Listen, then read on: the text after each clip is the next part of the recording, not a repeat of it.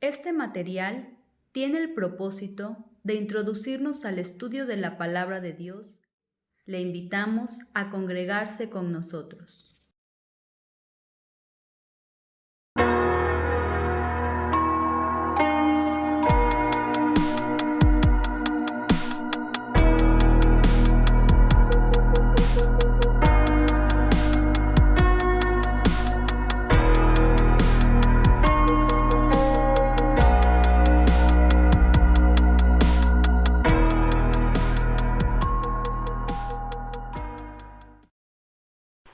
Buenas tardes, hermanos. Damos gracias al Señor por permitirnos iniciar un nuevo trimestre en el estudio de su palabra. Y lo haremos estudiando las epístolas 1 y 2 del apóstol Pedro. En nuestro cuaderno nuevo y vivo, el tema general del trimestre es: esta es la verdadera gracia de Dios. Y en nuestros cuadernos, en la lección número 1, estaremos considerando el primer capítulo de la primera epístola del apóstol San Pedro. Las epístolas, como dice su autor, el apóstol Pedro, está dirigida a los expatriados de la dispersión o a los cristianos judíos que fueron esparcidos por el mundo como consecuencia de la persecución a los creyentes en Jerusalén y sus alrededores. La persecución no detuvo la difusión del Evangelio. Por el contrario, sirvió para que entrara en todo el imperio. Dice la palabra: y a los que habéis alcanzado por la justicia de nuestro Dios y Salvador Jesucristo, una fe igualmente preciosa que la nuestra. 2 Pedro 1:1. Así que entre las iglesias a las que Pedro escribió, también se incluyó a cristianos gentiles de esa época y de todos los tiempos. También el apóstol menciona el propósito de sus epístolas diciendo: os he escrito brevemente, amonestándoos, testificando que esta es la verdadera gracia de Dios en la cual estáis. Primera de Pedro 5:12. Es decir, exhorta y da testimonio de esta gran verdad de estar en la verdadera gracia de Dios y los exhorta a que permanezcan en ella. Asimismo, manifiesta su amor y preocupación por los fieles que han permanecido así, al no permitir que fueran contaminados por la influencia de las falsas doctrinas, la carne y todo aquello que el mundo ofrece. Por eso les escribe y los exhorta para estimular su limpio entendimiento. En contraste con los pensamientos de los incrédulos y faltas de fe en la verdadera gracia de Dios, los cuales andaban según sus propias concupiscencias, el apóstol consideró que era necesario que los creyentes tuvieran memoria de las palabras dichas por los santos profetas y del mandamiento del Señor que sus apóstoles les habían dado. Pedro animó a sus lectores mediante la firme declaración de que ellos habían sido escogidos por Dios el Padre. Por tanto, ni pruebas ni persecución pueden privar de la vida eterna que Él da a quienes creen en su nombre. Es importante resaltar que el versículo 2 menciona a Dios el Padre, al Señor Jesucristo y al Espíritu Santo, quienes nos dieron la salvación. El Padre nos escogió antes que nosotros lo eligiéramos a Él. Efesios 1:4. El Señor Jesucristo, su Hijo, murió por nosotros siendo aún pecadores. Romanos 5, del 6 al 10. Y el Espíritu Santo obra en nuestra vida para darnos salvación y nos aparta, es decir, nos santifica para el servicio a nuestro Dios. El apóstol Pablo lo confirma diciendo: pero nosotros debemos dar siempre gracias a Dios respecto a vosotros, hermanos amados por el Señor, de que Dios os haya escogido desde el principio para salvación, mediante la santificación por el Espíritu y la fe en la verdad. 2 Tesalonicenses 2:13. Pedro en el versículo 3 del capítulo 1 expresa el término renacer, el cual se refiere al nacimiento espiritual, es decir, la regeneración, el acto del Espíritu Santo de llevar creyentes a la familia de Dios. El Señor Jesús empleó este término renacer cuando lo explicó a Nicodemo lo que es la salvación. A él, el Señor Jesús le dijo: de cierto te digo, el que no naciere de nuevo no puede ver el reino de Dios. Juan 3, del 1 al 6. En el capítulo 1, versículos 3 al 6 de esta epístola, las palabras de Pedro ofrecen gozo y esperanza en tiempos de crisis, y él basa su confianza en lo que Dios está haciendo por nosotros a través de su Hijo Jesucristo. Se nos llama a una esperanza viva de la vida eterna. Ahora bien, consideremos que nuestra esperanza no es para el futuro, no. La vida eterna empieza cuando creemos y ponemos nuestra fe en Cristo. Es así como todos pasamos a ser parte de su iglesia. Por mucha aflicción, prueba o sufrimiento que estemos pasando en la vida, sabemos que esto es temporal, ya que finalmente viviremos con Cristo para siempre, si es que permanecemos fieles a Él y a su palabra. Como estamos viendo en la escuela dominical, en la antigüedad el pueblo de Israel había puesto su mirada como su herencia a la tierra prometida de Canaán. Números 32, 19. Hoy en día los cristianos tenemos y ponemos nuestra mirada como nuestra herencia, la eterna ciudad de Dios, la nueva Jerusalén, siempre y cuando ponga su fe y confianza en Cristo como su Salvador, quien nos hizo renacer para una esperanza viva por la resurrección de Jesucristo de los muertos. Versículo 3. En nuestro peregrinar por este mundo, Dios nos ayudará y nos guardará por medio de su gran poder, y así podremos permanecer fieles a nuestra fe sin importar los momentos difíciles que afrontemos. En los tiempos del apóstol Pedro, a los cristianos les fue sometida a prueba su fe a través de la persecución, porque primero se negaron a adorar al emperador como un dios y por lo tanto se les consideraba ateos y traidores. Segundo, se negaron a adorar en los templos paganos a sus dioses. Tercero, no apoyaron los ideales de Roma respecto al ego, poder y conquista, y los romanos rechazaron el ideal cristiano que era el servir, procurando el bien de los demás y sin esperar nada a cambio. 4. Pusieron al descubierto y rechazaron la terrible inmoralidad e idolatría de la cultura pagana.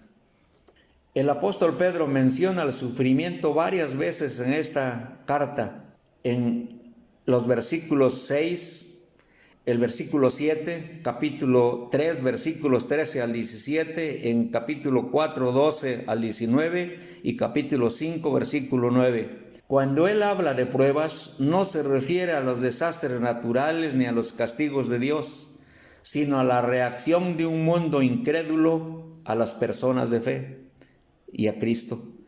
A todos estos creyentes el apóstol los animó diciendo: mas también si alguna cosa padecéis por causa de la justicia, bienaventurados sois. Por tanto, no os amedrentéis por temor de ellos, ni os conturbéis, sino santificad a Dios el Señor en vuestros corazones. Primera de Pedro 3, 14 y 15. Todos los creyentes enfrentan este tipo de pruebas cuando permanecen fieles a su Señor, dejando que su luz brille en medio de las tinieblas de un mundo pecador. Hermanos, debemos aceptar las pruebas como parte del proceso de refinamiento que consume todas las impurezas y nos prepara para llegar santificados a la presencia del Señor. También las pruebas nos enseñan a ser pacientes. Dice la palabra de Dios, y no solo esto, sino que también nos gloriamos en las tribulaciones, sabiendo que la tribulación produce paciencia y la paciencia prueba, y la prueba esperanza. Romanos 5, 3 y 4. Aplicando esto a nuestra vida nos ayudará a crecer para ser la clase de personas que el Señor quiere que seamos. Otro ejemplo práctico acerca de las pruebas lo tenemos cuando se pasa el oro y el acero por fuego. Esto es necesario hacer para que surjan y se manifiesten las impurezas y así poderlas quitar y queden purificados. De igual manera, nuestras pruebas, dificultades y persecuciones fortalecen nuestra fe, nos purifican y quitan de nuestra vida todo aquello que nos contamine y estorbe en nuestro servicio que entregamos a nuestro buen Dios y Señor, quien merece todo, porque Él dio todo por salvarnos. En los versículos 13 al 25, el apóstol Pedro hace un llamamiento a los cristianos a llevar una vida de santidad ante el inminente retorno de nuestro Señor Jesucristo. Inicia diciendo: por tanto, ceñid los lomos de vuestro entendimiento, sed sobrios y esperad por completo en la gracia que os traerá cuando Jesucristo sea manifestado. 1 Pedro, versículo 13. Esto quiere decir que debemos estar mentalmente vigilantes, moderados, disciplinados, concentrados y expectantes. Pregunto, hermanos, ¿están listos para su encuentro con el Señor? Si no es así, sigan el consejo del profeta Amós, quien en otro contexto dijo a Israel: prepárate para venir al encuentro de tu Dios. Amós 4:12. Frase que bien podemos aplicarla en el contexto del que estamos hablando, que es estar preparados para recibir al Señor en el aire, y así estaremos siempre con el Señor. 1 Tesalonicenses 4:17. Es importante resaltar que en estas epístolas del apóstol Pedro resalta el término gracia, que en la antigüedad los profetas profetizaron, indagaron y examinaron cuidadosamente acerca de este don de Dios destinado para todos nosotros. Y como se mencionó anteriormente, debemos esperar expectantes la venida de nuestro Señor Jesucristo, el cual nos traerá por completo la gracia cuando Él sea manifestado. Siendo la gracia un atributo divino dado al hombre mediante su misericordia y bondad infinita. Esta palabra, es decir, la gracia, se usa para indicar el favor inmerecido de Dios para con el hombre. El apóstol Pablo dice: siendo justificados gratuitamente por su gracia, mediante la redención que es en Cristo Jesús, a quien Dios puso como propiciación por medio de la fe en su sangre, para manifestar su justicia a causa de haber pasado por alto en su paciencia los pecados pasados. Romanos 3, 24 y 25. Y agrega el apóstol y dice: porque por gracia sois salvos por medio de la fe, y esto no de vosotros, pues es don de Dios, no por obras, para que nadie se gloríe. Efesios 2, 8 y 9. Para mejor comprensión de este atributo gracia, se recomienda lean la página 2 del cuaderno El Camino Nuevo y Vivo. Ahí se describe un ejemplo de la gracia de Dios que se encuentra en el libro de Esther. Aquí citaré para el mismo propósito el primer ejemplo de gracia citado en la Biblia, y se encuentra en Génesis capítulo 3, donde Adán y Eva, inmediatamente después que desobedecieron la orden de Dios, ambos se dieron cuenta de que eran culpables. Ellos trataron de cubrir su pecado y la vergüenza ante Dios, pero ellos escogieron una túnica muy endeble, muy frágil.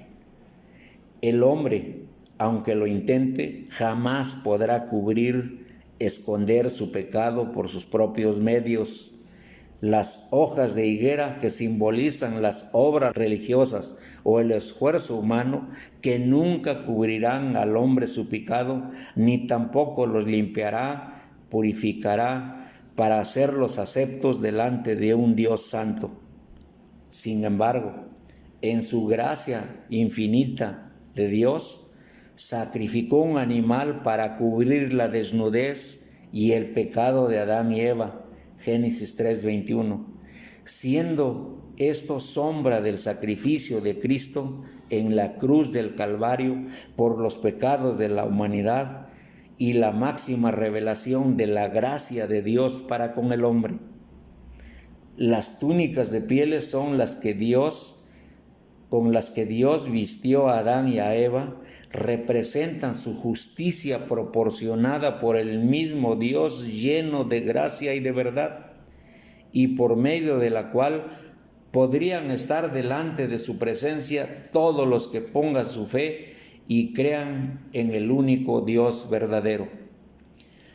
Al obedecer los mandamientos del Señor y afianzarse en Él y en su palabra, les permitirá ser hijos obedientes y, andando en la obediencia, dejar en forma definitiva las costumbres del pasado y practicadas cuando estaban y vivían en su ignorancia voluntaria, sino que, como aquel que os llamó es santo, sed también vosotros santos en toda vuestra manera de vivir. 1 Pedro versículo 15. Santidad significa llevar una vida justa y recta, separados, apartados del pecado. Esto los hace diferentes del mundo para un uso y servicio especial al Señor. No podemos llegar a ser santos por nuestros propios esfuerzos, por lo que Dios nos da su Espíritu Santo para ayudarnos a ser obedientes y nos da poder para vencer el pecado. No use la excusa de que no puede evitar cometer pecado. Pídale a Dios que le ayude a ser librado de las garras a esclavitud del pecado, ya que no podemos escapar del pecado por propios medios, sino solamente la vida de su Hijo Jesucristo puede librarnos. Enseñanza que el apóstol nos da diciendo: sabiendo que fuiste rescatados de vuestra vana manera de vivir, la cual recibiste de nuestros padres, no con cosas corruptibles como oro o plata, sino con la sangre preciosa de Cristo, como de un cordero sin mancha y sin contaminación.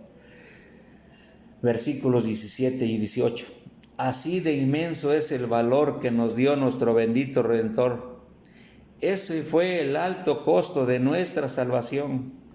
A nosotros efectivamente no nos costó nada, pero al Señor Jesucristo sí, y le costó mucho, y lo pagó con su vida, como la de un cordero perfecto, como los corderos que presentaban en la antigüedad en los sacrificios, los cuales deberían ser como el sacrificio de Cristo, sin mancha y sin contaminación. El Señor Jesucristo fue un hombre sin pecado y tenía las cualidades únicas por ser el Cordero de Dios que quita el pecado del mundo. Juan 1:29, Hebreos 9:14. Quien lo valora debe vivir en temor y reverencia y con una fe auténtica y genuina en Dios, y por consiguiente vivir en santidad, motivado y valorando lo que el Señor pagó por su rescate. El llamado que hace el apóstol Pedro a llevar una vida de santidad, la respuesta debe resultar del nuevo nacimiento, lo cual implica la obediencia a la verdad, la obediencia a Cristo, la cual, andando en ella, purifica y produce en el creyente, primero, un amor sincero a los hermanos, 1 Pedro 22 y 25 al 25. Segundo, produce arrepentimiento por el pecado, 1 de Pedro 2:1. Y tercero, un deseo sincero de crecimiento espiritual y entregar su servicio al Señor, 1 Pedro 2:2. Mis amados hermanos, atendamos el consejo del apóstol Pedro. Antes bien, creced en la gracia y el conocimiento de nuestro Señor y Salvador Jesucristo. A Él sea gloria y honra hasta el día de la eternidad. 2 Pedro 3:18. Mis queridos hermanos, preparemos nuestros corazones y atendamos su palabra y comprometamos a servir al Señor. Oremos. Bendito Dios y Padre nuestro, te damos muchas gracias, Señor, por permitirnos iniciar un nuevo trimestre y con estos nuevos estudios que tendremos llevando como título, esta es la verdadera gracia de Dios. Bendito Dios, nosotros sabemos que tenemos y andamos en la verdadera gracia de Dios, porque tú nos elegiste, Señor, tú nos llamaste y, Señor, gracias también te damos porque un día nos rescataste de la condición que nosotros vivíamos.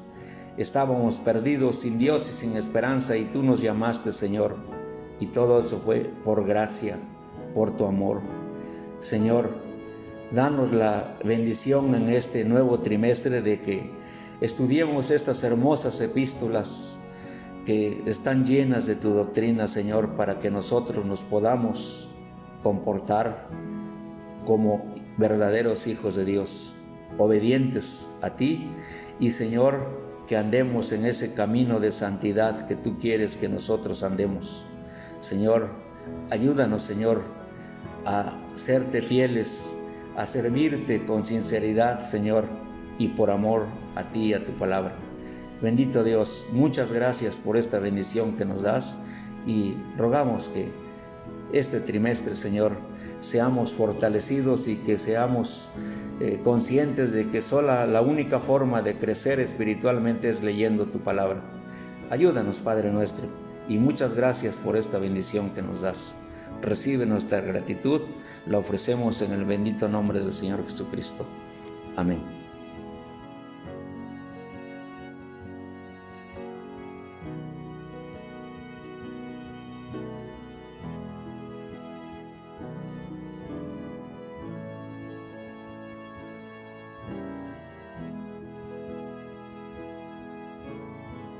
Le invitamos a asistir a nuestras reuniones.